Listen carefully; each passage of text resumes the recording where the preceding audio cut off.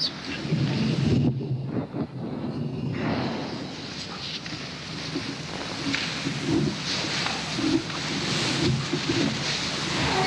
be seated.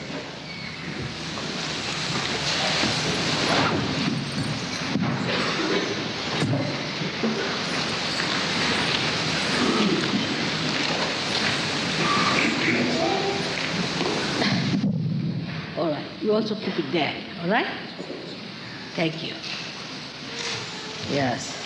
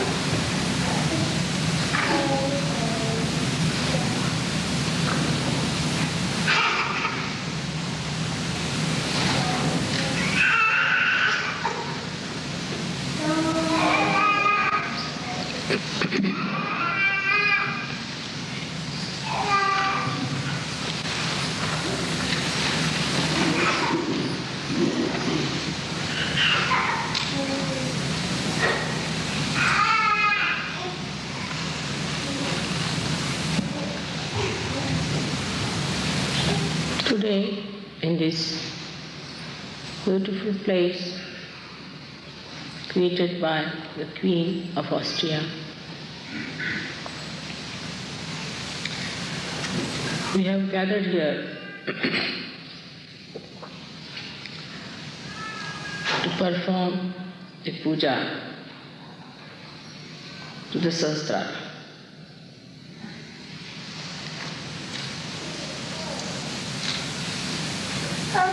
When we enter into the realm of Sahasrara, then only we have right to do the Sahasrara. Before this, nobody talked about Sahasrara. Nobody did any puja to Sahasrara. This is your privilege that you are in the realm of Sahasrara and that you can do this puja. Perform it. It's your right. You are chosen for this. It's a very privileged place for you to enter into the Sahasrara of the Virat, to reside in the brain as cells of that Sahasrara.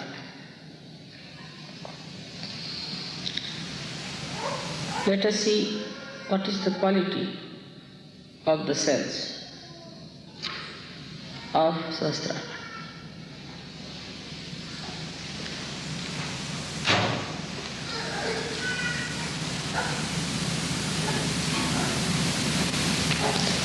These are specially created cells through the working of the Swadhisthana. Passing through all the chakras, when they arrive at Sahasrara, they are equipped to handle the brain's activity without getting involved into other elements in the body.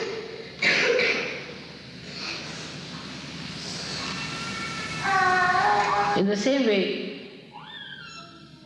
the Sahajogis are not to be involved with the other cells, human beings of the body of this universe.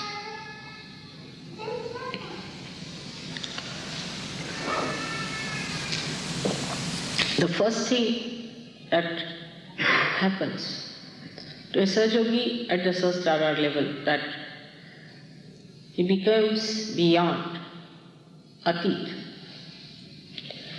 So many things he transcends. Kalatit, he goes beyond time. Time is his slave. If you have to go somewhere, then suddenly you discover that everything is working about the same time when you are able to do it. Like you are, say, to catch a train, and you arrive late at the station, you find the train is late for you.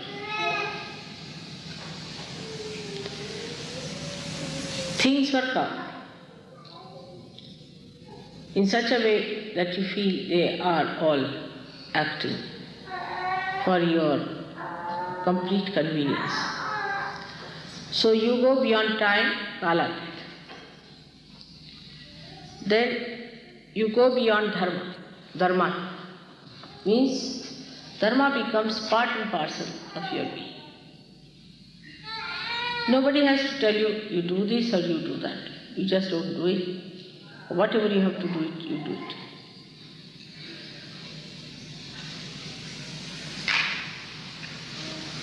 When you go beyond all these dharmas that are the human dharma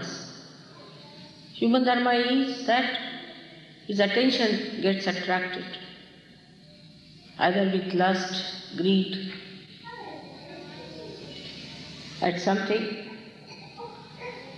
and then he cannot pull out his attention. But now the attention becomes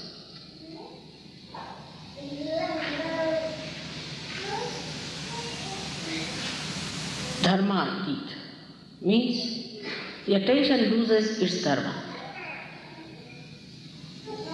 The dharma of the attention are such that we have to put the dharmas taught by the prophets to control them. Because we are coming from the lowest level. So these dharmas exist in our being and start showing. And when they attack us, then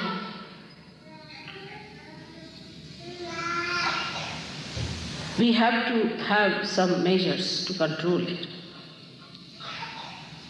So we build up our dharmas, our rules and regulations, and control them, the dharmas which have come to us from lower condition. This is the greatness of human beings, that they have made their own dharmas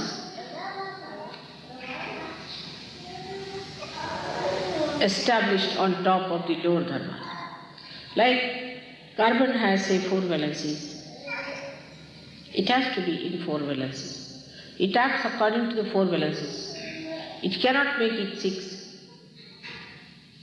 But human beings can make those valencies established which are supposed to be representing the human dharma, the manav dharma. But with the Sahasrara ascent, the attention loses that quality. Means you don't have need, there's no need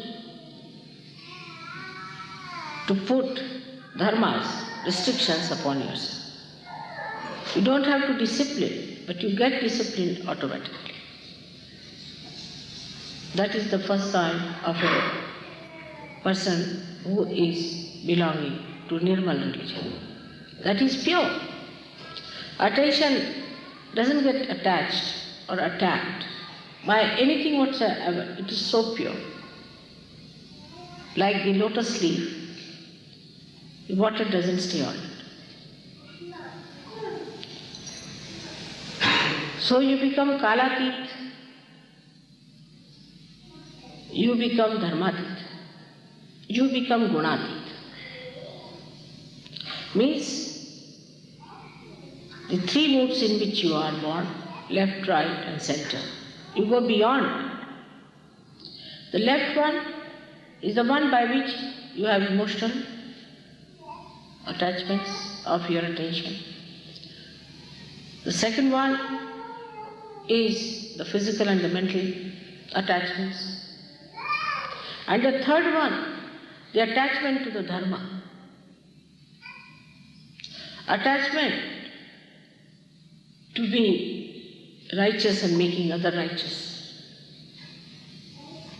of disciplining others and disciplining yourself, which is the sattvika, where a person tries to control all his enemies of lust, anger, pride, vanity, attachments, and greed. All these restrictions on the attention get lost, and you become a free person of complete wisdom. Your attention itself becomes dharmic. So you lose all your gunas and you become sadgunis, means virtuous, but not by discipline, but spontaneously. You become righteous spontaneously. Sometimes such people puzzle you, like Christ took a hunter in his hand and beat people who were selling things in the presence of God, in the sense in front of the temples. According to laws, we should not have temple. But this temple is a temple of a gunati. And such a temple is a spontaneous happening, which is not to be analyzed, has to happen. The temper of the Devi on the Rakshasas, the killing of the Rakshasas, Krishna's samharas. Krishna is telling Arjuna that you have to kill all these people. They are all dead already.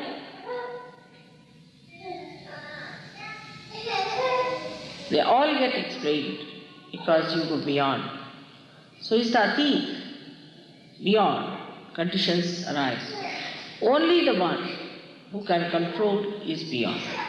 The one who is innate cannot control.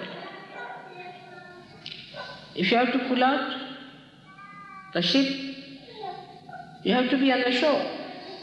The one who has gone beyond can only do that. So you go beyond, that is atit.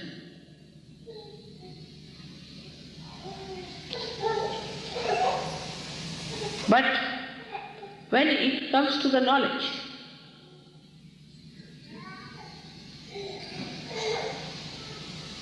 about such a person, you cannot think, because such a person is beyond thinking.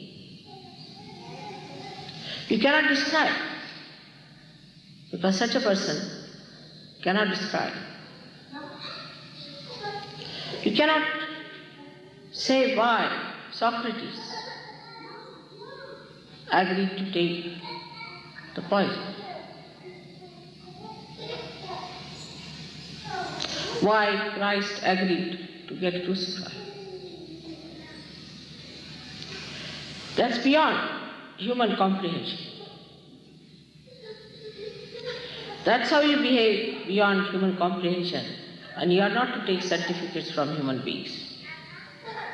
Your certificates come from God Almighty and not from these human beings who are at a lower level. It would be like a dog writing about human beings.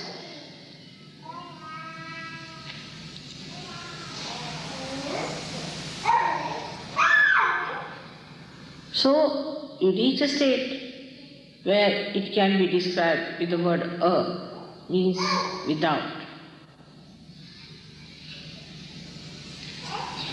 Without.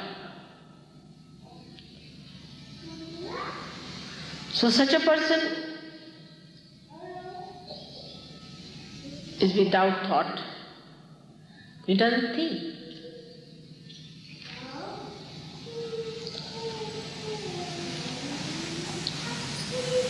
Such a person is without greed. Such a person is without lust, devoid of.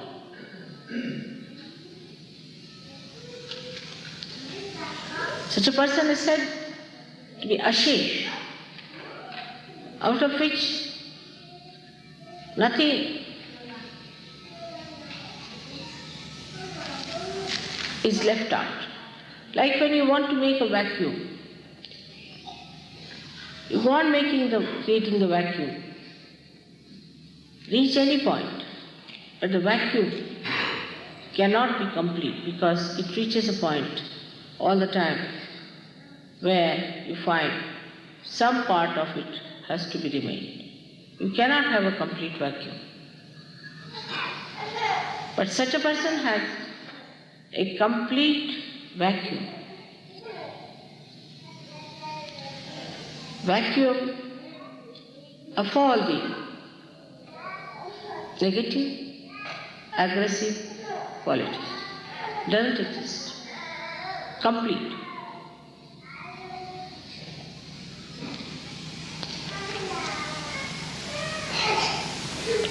Such a person is eternal being. Nobody can kill. Nobody can harm. Nobody can hurt. The anger of anyone or respect of anyone does not touch such a person. He is not disturbed by insults or non-insults. He is not elated by praises.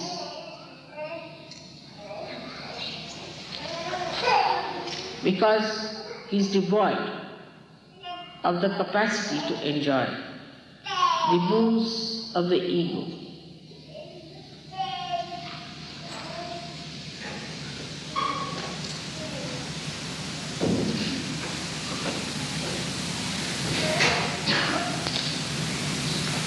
So the third state where he reaches, he gets the blessing of the word Ni. Ni. Ni is the first word of my name. But in Sanskrit, when you combine it with Mala, then it becomes Nirmala. But the word is Nihi. Ni, which shakes little. Ni. That means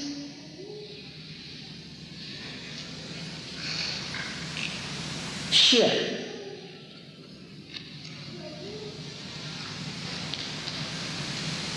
Or when a R is added to it.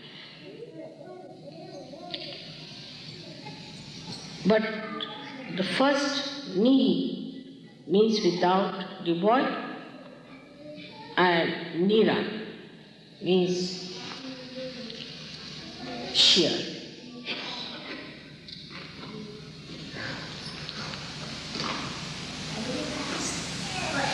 Like when you say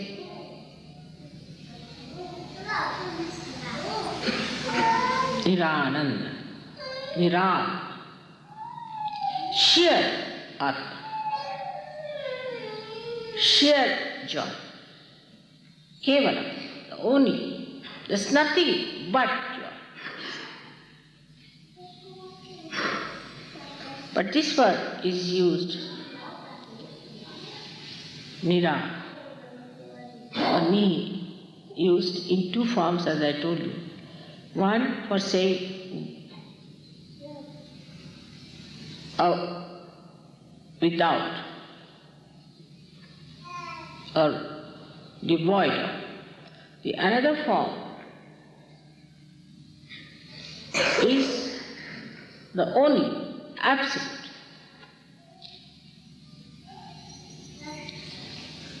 The absolute.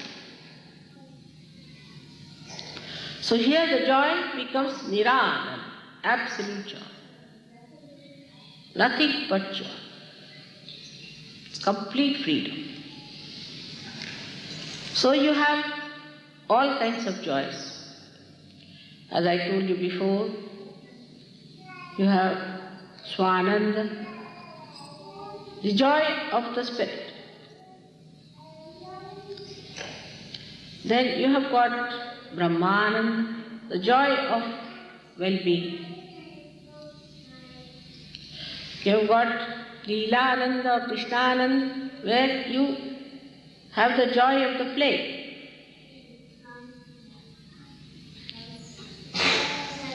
But when you reach the state of Sahasrara, it is Nirananda, means sheer, absolute joy. Though the name Nira is my name, it means absolute. So when you put such an adjective before anything else, it becomes absolute.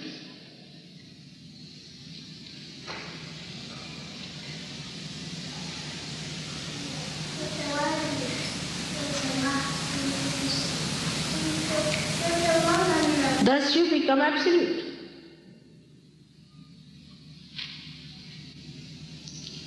And when you are at that state of absolute, then there is no place for anything else to be there but yourself.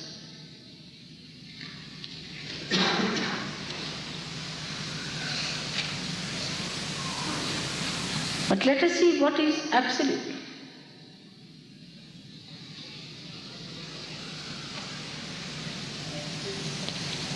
That means it is not relative. It has no relative quality. Absolute cannot be compared. Atulaniya, it cannot be compared. It cannot be related to anything. It is absolute.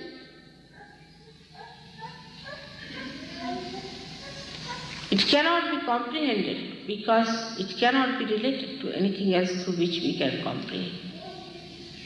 It is absolute.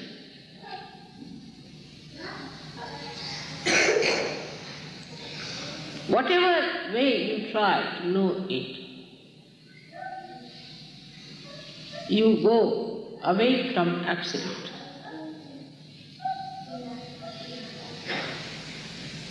Whenever you try to analyze the absolute, you are away from it.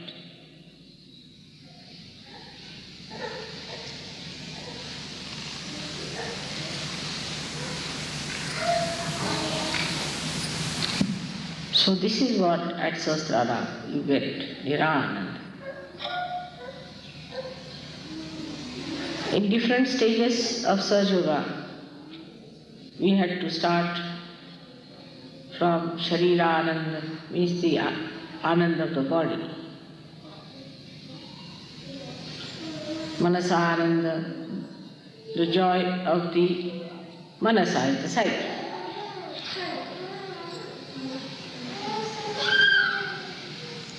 Then you can say Ahankara-ananda, where you have to have the satisfaction of the ego. But the state has now to be established within us is of Nirananda. Then what is the question of fear?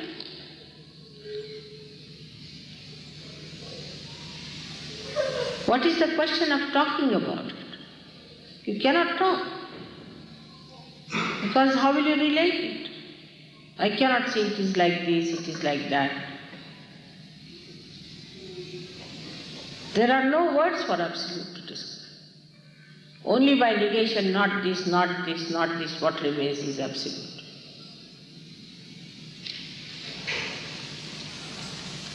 So you reach the state of absolute.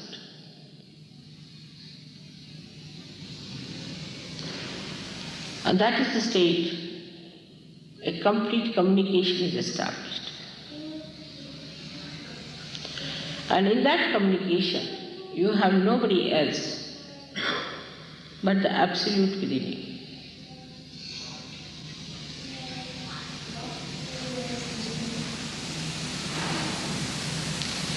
That is the Sahasrara Puja you are here for. That is the level to which you should aspire. That should be the ascent which should be established within ourselves. We don't have to go to Himalayas. We don't have to do anything drastic. Remaining in this world, we have to become the absolute, the only, Kevalam.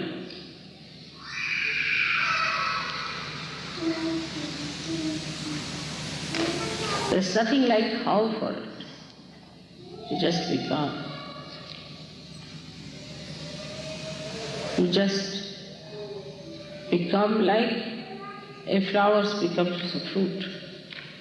It's all built in, within. Allow it to work out. Just by surrendering, you become. Surrender. And you'll be surprised. You will be at the stage where you will enjoy your absoluteness. It is absolute love. It is absolute compassion. It is absolute power.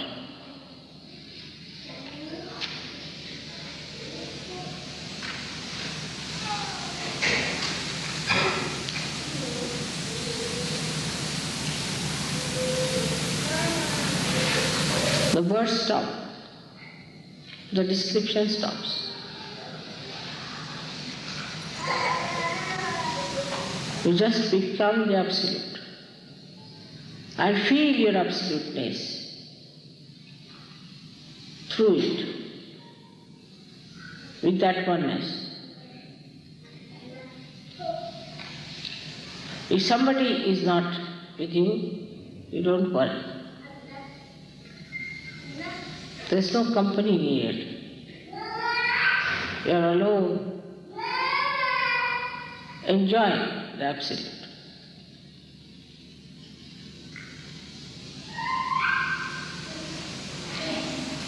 There only you can enjoy the absolute in others also, in the best form, without seeing anything else but the absolute.